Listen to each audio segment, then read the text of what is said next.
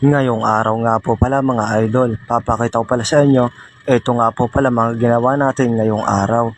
Ito nga po pala ang pag-grass cutter natin, dito nga po pala sa mga bakanting lote. Ito nga po pala ang bakanting lote ito mga idol, dyan nga po pala sa komersyal.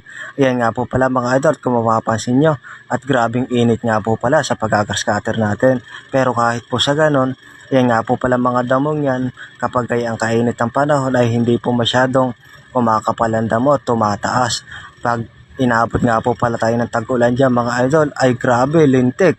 Kung tumaas yung damong yan kapag nakatikim po ng tubig. Yan nga po pala, buti pa nga po yung damo ay mabilis tumaas. Pero yung sahod natin, aray ko.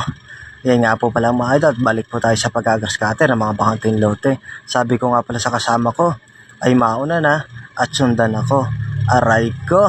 Yan nga po pala mga idol. Medyo mabilis nga po pala tayo sa pag-grass cutter ay pwedeng pandayo, wag lang lalayo. Aray ko. Yan nga pala mga idol, mapakita ko sa inyo ang mga kaganapan na ating ginawa.